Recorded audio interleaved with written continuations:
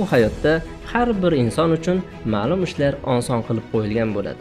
Uning qobiliyatlari juda ham ko'p edi, lekin o'sha missiyasiga mos keladigan eng yaxshi qobiliyatini topdi, o'ziga yuklatilgan vazifasini angladi va o'z davrida tengsiz ulamoga aylandi. Bir gulga qarab, bu quyosh yorug'ligini yaxshi ko'rmoqda deb ikkinchisini yoniga qo'yib, sen ham quyosh yorug'likda o'sishga majbursan desangiz, bilasizmi nima bo'ladi?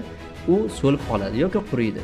Agar biz farzandimizni ichki motivatsiyasini yo'qolsak, ichki ruhlantirishini yo'qolsak, unga sovg'a bermasak ham, urishmasak ham, rag'batlantirmasak ham, hattoki uyqusidan uyg'onganda ham vazifani o'z-o'zidan bajaradigan farzandga aylanadi. Unutmang, farzandning qiziqish, qobiliyat va shaxsiyatlarini aniqlamasdan turib, to'g'ri kasb tanlash deyarli imkonsizdir. Farzandingizga qanday kasb munosib? Uni qaysi sohada muvaffaqiyat kutmoqda? Ilm-fandami, tibbiyotdami yoki kod yozishdami? Ko'pchilik insonlar mana shunday murakkab savollarga shunchaki ichki hislari bilan javob berishga harakat qiladilar. Lekin bugun sizga ilmiy asoslangan testlar yordamida qanday qilib bunday savollarga aniq javob olish mumkinligini ko'rsatib bermoqchiman. Assalomu alaykum azizlar. Sarchashma loyihasining 4-sonidamiz. Bundan avvalgi sonimizda hayotingizga baraka kiritishi mumkin bo'lgan va unumdorligingizni oshiradigan GTD, ya'ni Getting Things Done metodi haqida gaplashgan edik. Bugun esa farzandingizning qiziqish, qobiliyat va shaxsiyatlarini ochib beradigan eng mashhur, eng ishonchli psixometrik testlarni ko'rib chiqamiz va ularning ilmiy asoslarini tahlil qilamiz. Bunday testlarni topshirish rasmiy sahifalarda anchagina qimmat baholangan. Lekin bugun biz sizga video oxirida mana shunday farzandingizning ichki dunyosini ochib beradigan, juda katta aniqlikka ega bo'lgan testlar to'plamini beramiz. Agar siz test topshirsangiz, uni tahlil qilish uchun promokod taqdim qilamiz. Yaqinda aynan mana shu mavzu yuzasidan onlayn vebinar o'tkazgan edim va bu aksariyat ota-onalarda juda ham katta qiziqish uyg'otdi. Vebinar yuzasidan juda ham 100 ga yaqin iliq fikrlar kelib tushdi. Test topshirgan ota-onalarimiz esa natijalar haqiqatdan hayratlanarli ekanligi, farzandlariga 95-100% atrofida mos tushayotganligi, hattoki ilgari sezmagan jihatlarni ham anglab olganligini e'tirof qilishmoqda. Aynan mana shu sababga ko'ra bugungi sonni ushbu mavzuga bag'ishladik. Bugun siz bilan Big Five modeli, MBTI tizimi, shuningdek Gallant kodi kabi eng mashhur tizimlarni juda ham sodda tilda birgalikda ko'rib chiqamiz. Tayyor bo'lsangiz, boshladik. Bu hayotda har bir inson uchun ma'lum ishlar oson qilib qo'yilgan bo'ladi. Agar inson buni fahmlasa, topsa va shunga mos keladigan kasbni tanlasa, inson hayotidagi missiyasiga mos bo'lgan kasbni topgan bo'ladi va natijada o'z davrida tengsiz insonga aylanadi. Bunday misollar juda ham ko'p. Masalan, Imom Buxoriy rahmatullohi alayh. Bu zot, uning qobiliyatlari juda ham ko'p edi, lekin o'sha missiyasiga mos keladigan eng yaxshi qobiliyatini topdi, o'ziga yuklatilgan vazifasini angladi va o'z davrida tengsiz ulamoga aylandi. Hattoki hozirgi kunda va qiyomatgacha nomi zikr qilinadigan olimlar, shaxslar qatoriga qo'shildi. Lekin bugungi kunga kelib mana shunday shaxslarning chiqmayotganligi bizni aynan missiyamizga mos keladigan kasbni tanlashda no'noqlik qilayotganligimizni bildiradi. Nimaga? Chunki ota-onalar farzandlarini jon kuydirib o'qitishmoqda.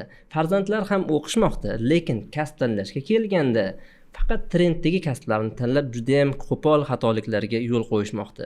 Tadqiqotlar shuni ko'rsatadiki, qo'rqinchli statistikalar, bugungi kunda ishlayotgan insonlarning har 10 tadan 7 tasi, ya'ni 73% o'z kasbini o'zgartirishga majbur bo'lmoqda.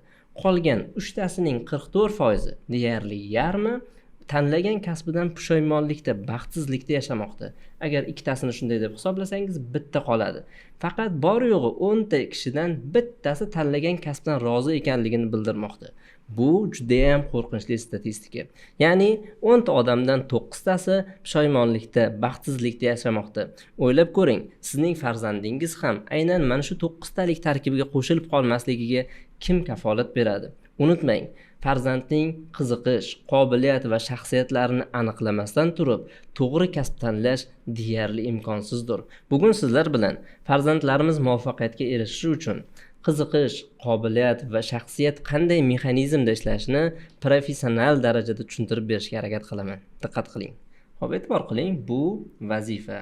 Bu vazifa siz bajarishingiz kerak bo'lgan kasbingiz bo'lishi mumkin yoki farzandingizni dars qilishi, kitob o'qishi bo'lishi mumkin. Biz bu vazifani bajarishimizda qiziqish, qobiliyat, shaxsiyat qanday rol o'ynaydi ko'rib chiqamiz. Avvalo, har qanday vazifa bajarilishi uchun qiziqish muhim ahamiyat kasb etadi. Qiziqish dopamin tizimi orqali boshqariladi. Avvalo, qiziqish ikki xil bo'ladi. Tashqi motivatsiya deb ataymiz yoki ichki motivatsiya. Aynan mana shu tashqi yoki ichki ruhlantirish orqali inson biror bir vazifani bajaradi. Tashqi motivatsiya nima degani? Masalan, siz farzandingizga biror bir vazifani berdingiz, agar shuni qilsangiz telefon olib beraman, shirinlik beraman yoki qanaqadir sovg'a beraman deganingizda, unda tashqi motivatsiya yonadi va darhol vazifani bajarishga kirishadi. Hattoki kechikib bo'lsa ham bajaradi. Lekin mana shunday holatda tashqi motivatsiya uzilib qolsa, ya'ni siz sovg'a bermay qo'ysangiz motivatsiyasi o'chadi va vazifani bajarmaydi. Ya'ni sovg'a bersangiz bajaradi, xuddi shu tartibda ishlayveradi.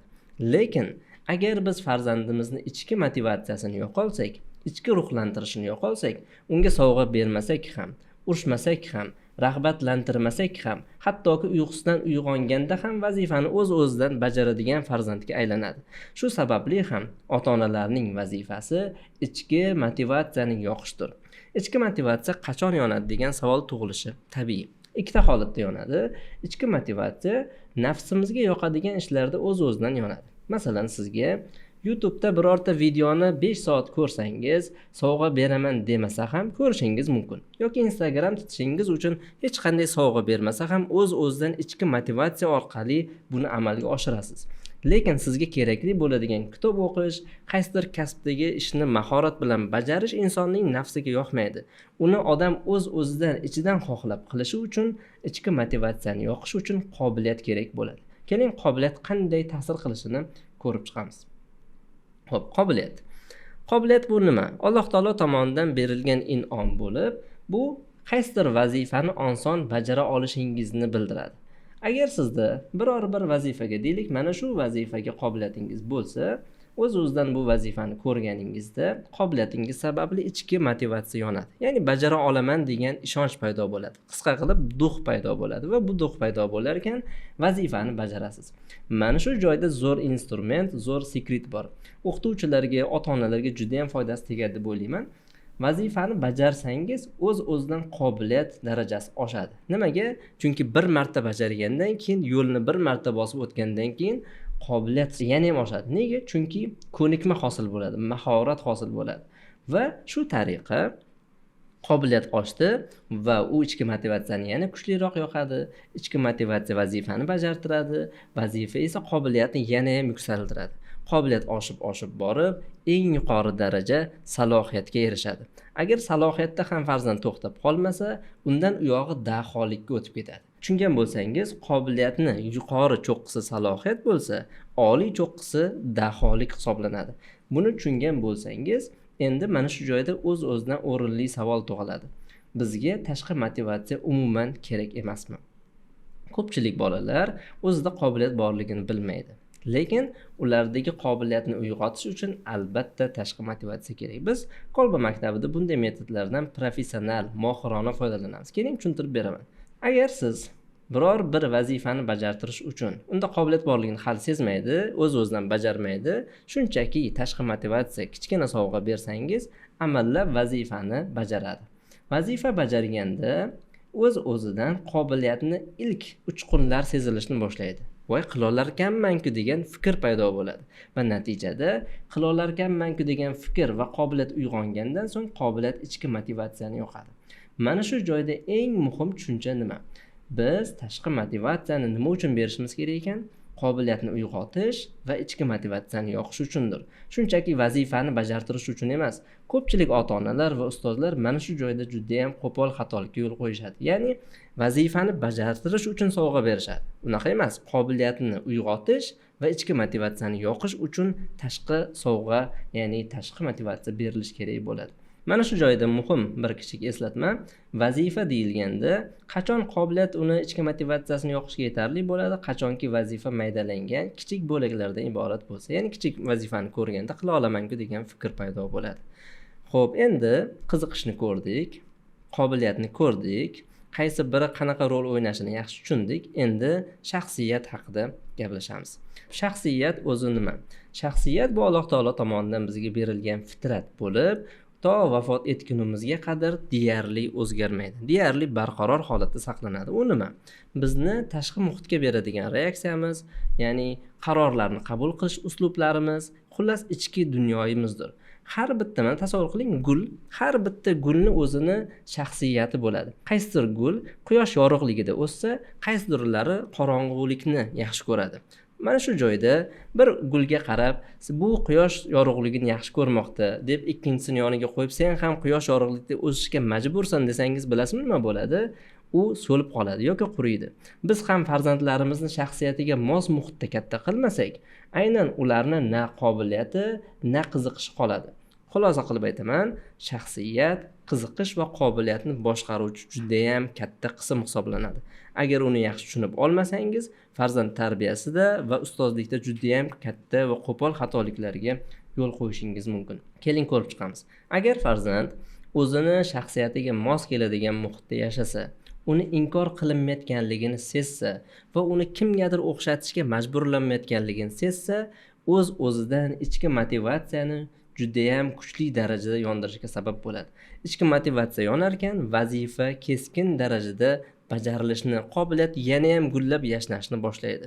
Agar siz masalan kamgap bolangizni nega kamgapsan, uni fitrati shunaqa, nega kamgapsan deb tabiatiga zid bo'lgan talablarni qo'yaversangiz, o'z-o'zidan shaxsiyat bo'g'iladi.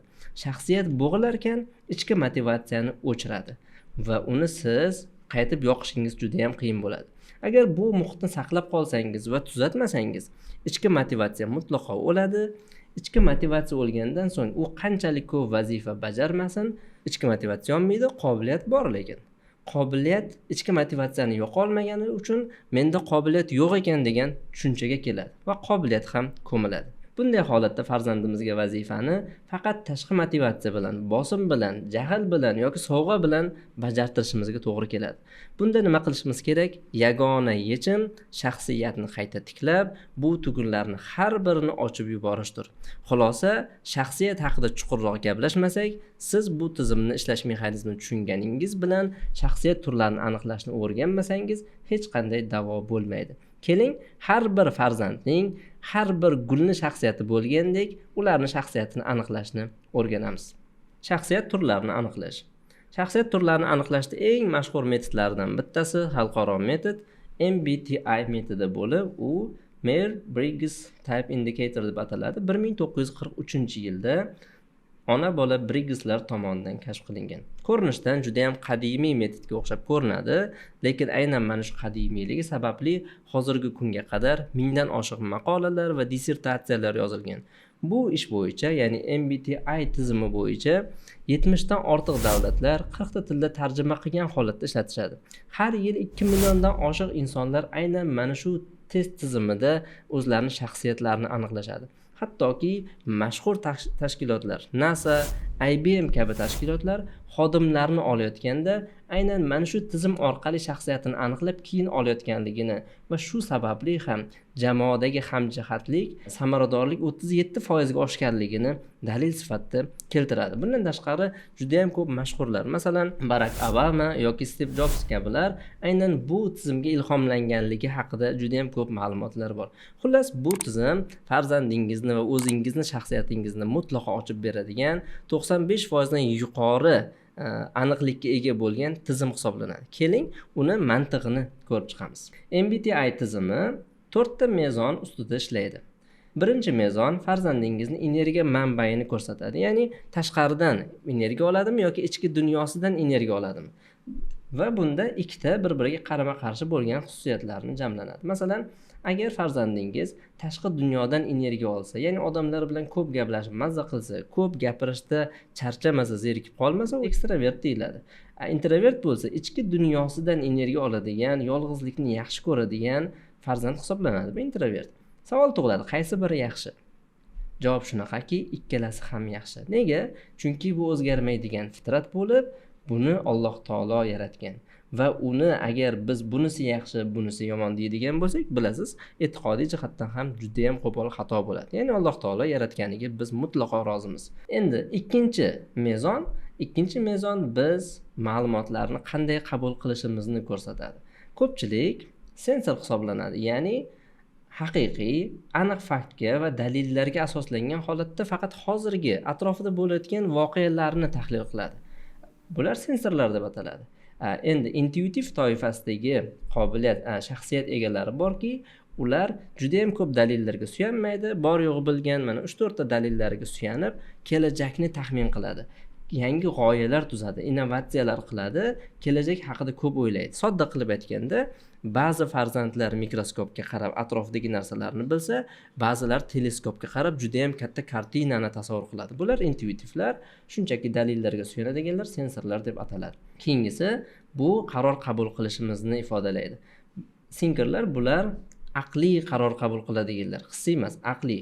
Bular mantiqqa, dalilga suyanib adolat bo'lishini xohlaydi. Sizning his-tuyg'ularingiz bilan odatda qaror qabul qilayotganda ishi bo'lmaydi. Ba'zilar esa his-tuyg'ular orqali qaror qabul qiladi va bular qaror qabul qilayotganda dalil turgan bo'lsa ham unga suyanmasdan sizni dilingiz og'rib qolmasligi uchun his-tuyg'u orqali qaror qabul qiladi. Qaysi yaxshi deganda, ba'zan unisi, ba'zan bunisi yaxshi albatta. Xo'p, keyingisi bu tashqi dunyoni, ya'ni vaqtni boshqarishga bo'lgan munosabat. Judgerslar bular nima qiladi? Rejalariga sodiq odamlar hisoblanadi. Tartib bilan harakat qiladi, sekin harakat qiladi. Agar unga masalan bunday toifadagi bolalarga birorta topshiriqni berib, shuni bajarib qo'y deyotganingizda aniq qadamlar ketligini aytmasangiz, o'zini juda ham stressga tushgan holatda his qiladi. Keyingi toifadagi odamlar esa moslashuvchan bo'ladi. O'z-o'zidan rejalari buzilsa ham moslashib ketadi va hech qanday stress qabul qilmaydi. Xullas, mana 4 ta mezonni har birini ta'riflab chiqdim. Endi MBTI tizimida maxsus shaxsiyat kodlari bo'ladi. Uni qanday aniqlashni ko'rsatib o'taman. Diqqat qiling. Masalan, siz energiya manbai sifatida introvert bo'lsangiz, ya'ni ichki dunyongizga suyansangiz, shuningdek sensor bo'lsangiz, faqat aqliy dalillarga suyansangiz va deylik faqat aql bilan qaror qilsangiz va moslashuvchan bo'lsangiz, mana shunday harflar ketma-ketligi hosil bo'ladi va ularni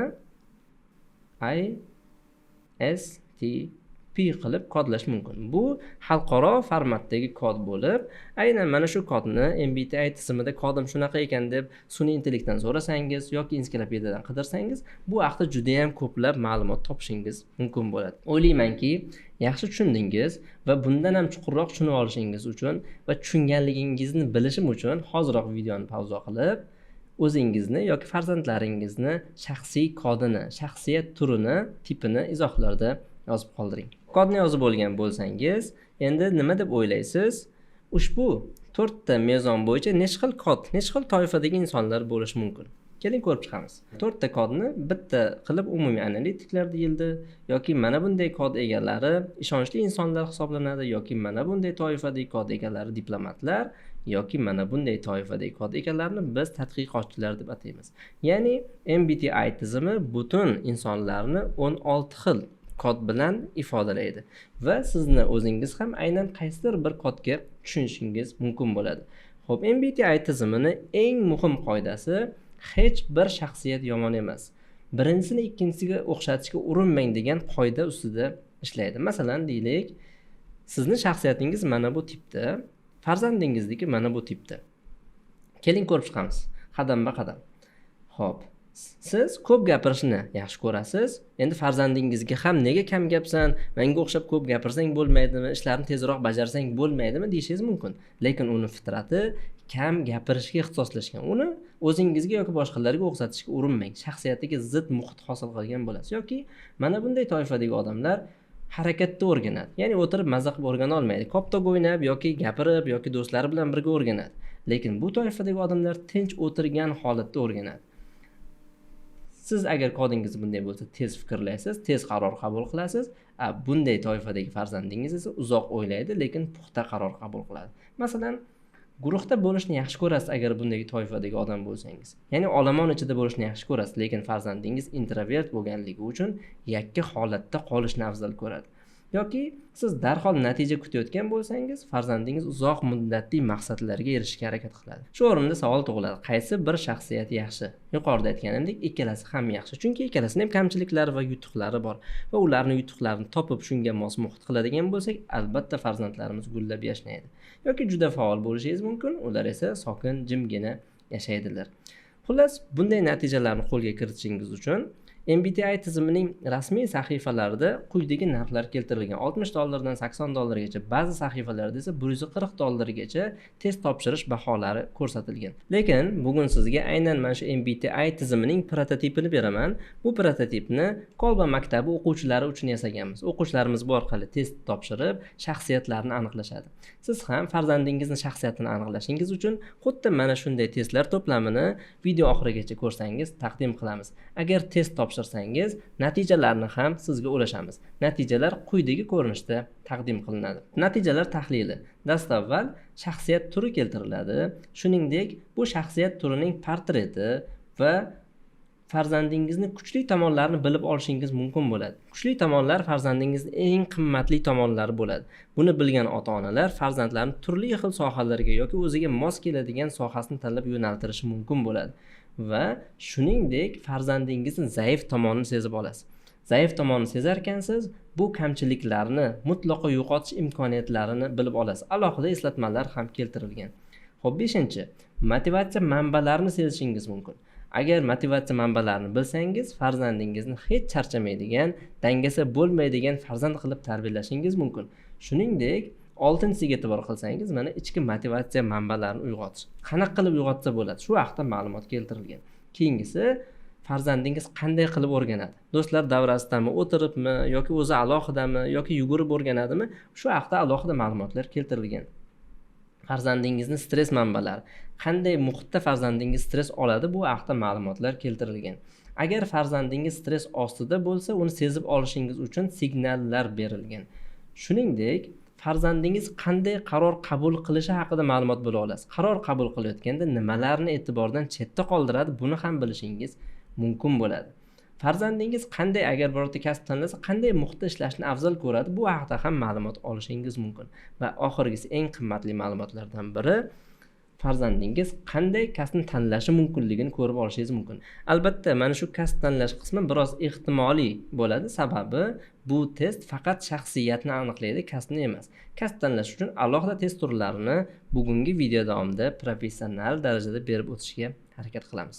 Farzandingiz shaxsiyatini aniqlash uchun MBTI tizimidan boshqa yana bir mashhur tizim bor, uni sizga qisman tanishtirib o'taman. Bu Big Five tizimi deb ataladi. Bu 5 ta omilni aniqlaydi va aynan mana shu 5 ta omil bo'yicha sizni shaxsiyatingiz necha foizdan ekanligini darajasigacha belgilab beradi. Ushbu tizim yaxshiroqmi yoki MBTI tizimi yaxshiroqmi deyilganda, buni ustunligi ancha yuqori. Bu ham qadimiy usullardan hisoblanadi.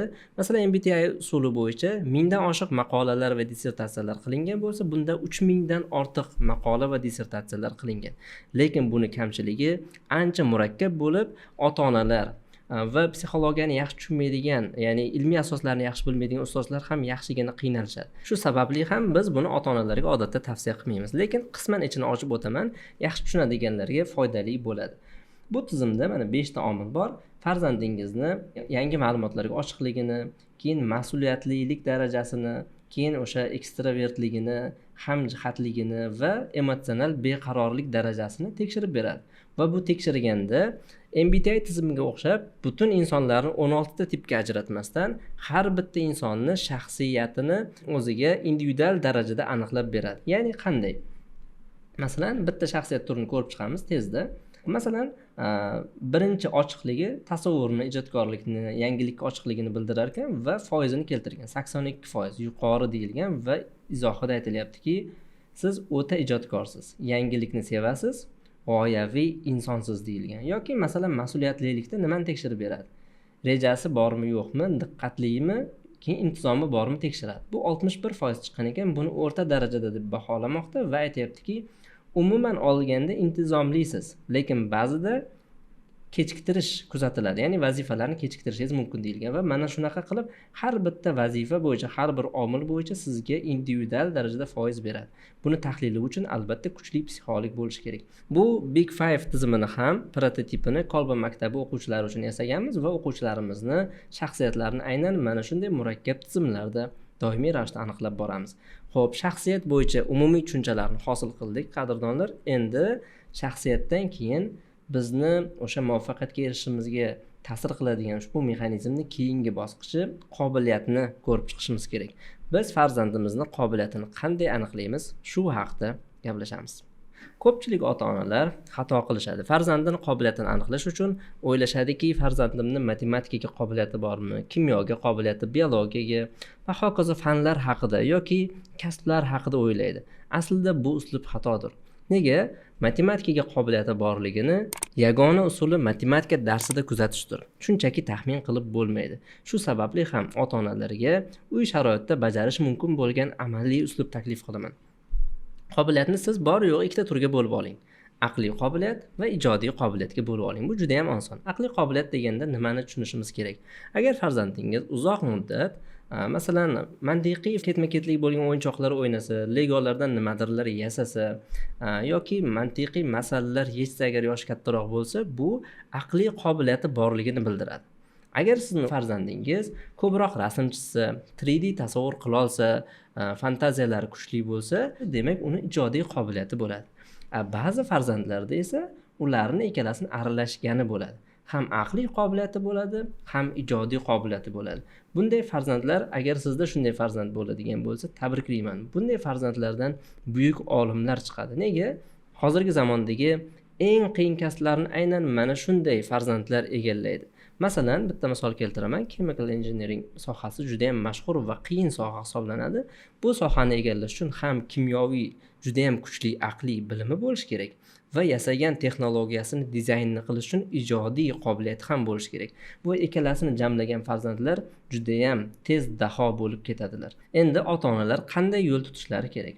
Farzandingizni aqliy qobiliyati borligini aniqladingiz. Endi qaysi sohaga yo'naltiray degan savol tug'ilsa, farzandingizni yoshligidanoq aqliy yo'nalishga istalganiga bersangiz bo'ladi. Masalan, matematikaga, kimyoga, biologiyaga hammasiga bersangiz bo'ladi. Aqliy qobiliyati bo'ldimi, har birini eplaydi. Faqat ba'zilarda qobiliyati biroz balandroq, ba'zilarda pastroq bo'ladi. Uni qanday aniqlaymiz? Avvalo, boshlang'ich sinflarda matematika dastlab keladi. Matematika o'qiyotganda farzandingizni qobiliyatini aynan darsning ustida o'qituvchisi yoki o'zingiz kuzatsangiz, uni qobiliyatini sezib olasiz. Qobiliyatni sezish, aniqlash qoidasi bor. Bu qanday qilinadi? Ikkita o'quvchiga bir xil vaqtda bir xil vazifa berildi. Sizning farzandingiz agar unga nisbatan tezroq tugatayotgan bo'lsa, demak farzandingiz undan tez tugatdim qobiliyati bor degani. Yoki ikkalasiga bir xil vaqt berildi, sizning farzandingiz ko'proq masala yechib qo'ydi, u kamroq yechdi. Demak, farzandingizda aynan mana shu sohaga qobiliyat borligini ifodalaydi. Va shu o'rinda farzandingiz sinfida birinchi o'rin bo'lish shart emas. Dastlabki o'ntalikda bo'lishi qobiliyati ancha yuqori ekanligini ko'rsatadi. Va shuni sezganingizdan so'ng aqliy yo'nalishda berishda davom etaverasiz. Nima uchun bu ikkita turdagi qobiliyatni yaxshi tushunishimiz kerak? Ota-onalar aqliy qobiliyati yaxshi bo'lgan farzandini sen menga o'xshab doira chalishing kerak demasligi kerak.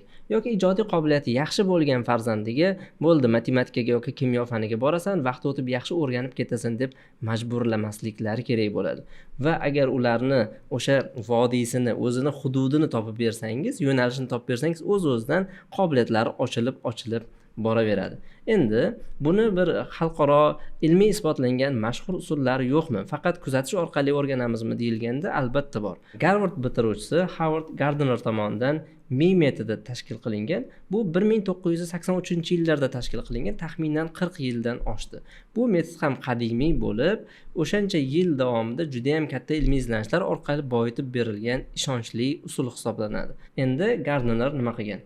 Mana shu 3 ta qobiliyatni, yirik qobiliyatlarni mayda qismlarga bo'lib chiqqan va ularni aniqlash metodini taklif qilgan. Masalan, aqliy qobiliyatni so'z bilan ishlaydigan qobiliyatga va shuningdek mantiqiy matematik qobiliyatga bo'lgan.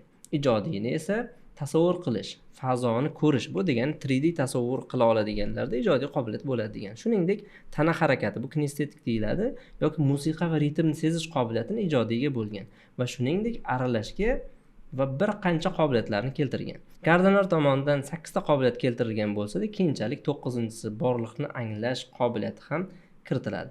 Aynan mana shu mayda detallarga bo'lib chiqilgan qobiliyatning 9 ta turi bo'yicha Gardner Mi test tizimi bor. Bu test tizimini ham prototipini yasaganmiz. Videoni oxirigacha ko'rsangiz, bu test tizimini qanday olish mumkinligi haqida ma'lumot aytib o'taman. Endi ushbu sxemamizdagi eng muhim qismlari shaxsiyat, qobiliyatni tugatib bo'ldik. Qisqa ko'rinishda farzandingizning qiziqishlarini aniqlash mumkin bo'lgan tizimlarni ko'rib chiqamiz. Xo'p, bu tizim RSEC tizimi deb atalib, xalqaro tizim hisoblanadi. U Jon Hollandning kodlari deb ham ataladi. 1959-yilda kashf qilingan bo'lib, bu ham qadimiy usuldir. Xo'p, bunda Jon Holland nima deydi? Aynan qiziqishlarni 6 ta tarmoqqa bo'ladi. Ya'ni barcha qiziqishlar 6 ta tarmoqqa jamlanadi deydi. Xo'p, bu tarmoqlarni ko'rib chiqamiz. Farzandingiz qiziqishi amaliy bo'lishi mumkin, tadqiqotchilikka bo'lishi mumkin, ijodiy bo'lishi mumkin, ijtimoiy yoki liderlikka qobiliyati qiziqishi bo'lishi mumkin yoki tizimli yashashga bo'lgan qiziqishi bo'lishi mumkin. Aynan mana shularni test orqali aniqlaydi. Buni shunchaki kundalik hayotda shunchaki aniqlashning iloji deyarli yo'q. Bu test tizimida kamida 42 tadan yuqori bo'lgan testlarni yechish orqali farzandingizning qiziqishi aniqlanadi. Va e'tibor qilsangiz, bu joyda 6 ta harf bor. Bu 6 ta harflarning kombinatsiyasi orqali farzandingizga xalqaro darajadagi kodlar taqdim qilinadi. Mana bu kodlar, ya'ni bu juda ham ko'p, bir qismini keltirganman. Bu kodlar RSEC tizimining maxsus kodlari hisoblanadi. Yuqorida siz bilan ko'rib chiqqanimiz qiziqish, qobiliyat va shaxsiyatni aniqlaydigan xalqaro darajadagi test tizimlari sizga qanday yordam berishini bir vaziyatli masala misolida ko'rib chiqamiz. Ya'ni bu tizimlar faqat dangasa deb o'ylayotganimiz yoki hech narsani eplamayotgan farzandlarimiz uchun emas, hamma narsani qoyil maqom darajada bajarayotgan farzandlarimiz uchun ham juda ham muhim. Bo'lib ham yaqinda kirish imtihonlari boshlanadi. Farzandlarimiz qanday kasbni tanlayman deb boshlari qotgan. Keling, bir misolni ko'rib chiqamiz. O'quvchi ismi Ziyoda, 10-sinf, 16 yosh. Fanda erishgan yutuqlari kimyo va biologiya fanlaridan milliy sertifikatlarni qo'lga kiritgan. Bu degani 10-sinfligidayoq talabalikni band qilib bo'lgan. Shuningdek, viloyat fan olimpiadalarida g'olib bo'lgan, laboratoriyalarni zavq bilan bajaradi. Endi ota-onasidan so'raymiz, u qanday kasb egasi bo'ladi? Ota-onasi aytadiki, odatda qizim bolaligidan shifokor bo'lasan deb o'stirganmiz qizimni. Kimyo va biologiya fanlarini yaxshi o'qigan, shu sababli ham shifokor bo'ladi deb javob beradi. Men bunday toifadagi o'quvchilar bilan juda ham ko'p ishlaganman. O'quvchini o'zidan so'rayman, qaysi kasbni egallaysan desam, albatta shifokor bo'laman deydi. Chunki aynan hozirgi kunda trenddagi kasblar va shifokorlar yaxshi yashayotganini biladi va shifokor bo'laman deb o'ylaydi. Lekin shifokorlikka qobiliyati bor yoki yo'qligini hali o'zi bilmaydi. Nimaga? Chunki shifokorlikka qobiliyati borligini bilish uchun albatta shifokor bo'lib ishlab ko'rish kerak yoki testlarni topshirgan bo'lishi shart bo'ladi. Bunday o'quvchilarga qanday kasblarni egallash mumkinligini batafsil tushuntirib beraman. Shifokorlik bo'lish mumkin, kimyogar olim bo'lish mumkin, biolog olim bo'lish mumkin yoki kimyo fan o'qituvchisi, biologiya fan o'qituvchisi va hokazo juda ham ko'p kasblar bor. Bularning har birini sanaganimdan keyin o'quvchi kuchli bo'lganligi sababli o'ziga ishonch bilan aytadiki, har birini eplay olaman deydi. Endi mana shu joyda tanlovlar orasida qolib ketadi. Xo'sh, nima qilish kerak? Albatta yuqoridagi murakkab testlarni topshirgan bo'lsa, natijasi aniq chiqadi. Keling, test tahlilini birga ko'rib chiqamiz. Undan oldin balki taxmin qilib ko'ringchi, qaysi kasbni egallagani eng to'g'risi bo'ladi. Ziyodaning test tahlillari MBTI tizimi bo'yicha ko'ramiz. Uni shaxsiy MBTI bo'yicha kodi mana bunday ekan va kod aytayaptiki, tahlilchi tipidagi shaxsiyat. Mustaqil ishlashni yaxshi ko'radi, ichki dunyosi chuqur, hissiy jihatdan tortinchoq. Odamlar bilan ko'p va hissiy muloqot qilishni yoqtirmaydi. Mana shu signal shifokor bo'lishiga qarshi ko'rsatilayotgan signal bo'lishi mumkin. Murakkab fikrlar va ilmiy g'oyalardan zavqlanadi. Endi bu tizim faqat shaxsiyatini berdi, hali kasbini tanlab bera olmadi. Endi ikkinchi tizim, RSEC tizimi qiziqishlarini aniqlaydi. RSEC bo'yicha kodini ko'rsatdi va nimalarga qiziqishini ko'rsatmoqda. Ilmiy tadqiqot, tajriba, mantiqiy yechimlarga qiziqadi. Bu birinchi darajali qiziqishi. Ikkinchi darajali qiziqishi laboratoriyalar, asboblar bilan ishlash, amaliy texnik ishlarga qiziqadi va hokazo. Uchinchisi esa boshqalarni tushunishga moyilligi. Ammo hissiy jihatdan yaxshi emas, chunki bu uchinchi darajali qiziqish hisoblanadi. Endi va nihoyat oxirgisi qobiliyatini tekshirilgan Gardner Mi test tizimini ko'ramiz. Bunga ko'ra aytilyaptiki, formulalar tahlil va muammolarni yechishni yaxshi ko'radi va qobiliyati aynan o'sha narsaga bor deyilmoqda. Xulosaga ko'ra, Ziyoda uchun eng qulay bo'lgan va qobiliyati bor bo'lgan kasb bu biotexnolog yoki laboratoriyada katta tadqiqotchi bo'lishi mumkin, biolog yoki kimyogar, ekolog olima bo'lishi mumkin yoki o'sha fanlardan yaxshi dars o'tishi mumkin. Lekin shifokor bo'lishi tavsiya etilmaydi. Nega? O'zi asli kuchli bo'lsa-da, tibbiyot institutiga kiradi va 4-5 kursdan o'zini shaxsiyatiga mos bo'lmayotgan muhitda o'qiyotganligini bilib, yo kasbini o'zgartirishga majbur bo'ladi, yoki ota-onasining bosimi, tazyiq ostida kursini oxirigacha davom ettirib, yaxshi shifokor bo'la olmaslik ehtimolligi oshib ketadi. Shu sababli ham bunday testlarni topshirish juda ham muhim hisoblanadi. Agar siz bu testlarni topsangiz va qiziqishingizga, qobiliyatingizga va shaxsiyatingizga mos tushadigan, ularni kesishmasidagi mana shunday qismiga mos tushadigan kasbni tanlasangiz, bu sizni hayotdagi missiyangizga mos keladigan kasb hisoblanadi. Natijada siz qanchalik murakkab kasbni tanlamang, butun umr davomida ishlamaysiz. Shunchaki o'zingizni sevimli mashg'ulotingizni bajargandek yashaysiz. O'zingizni juda ham baxtli his qilasiz.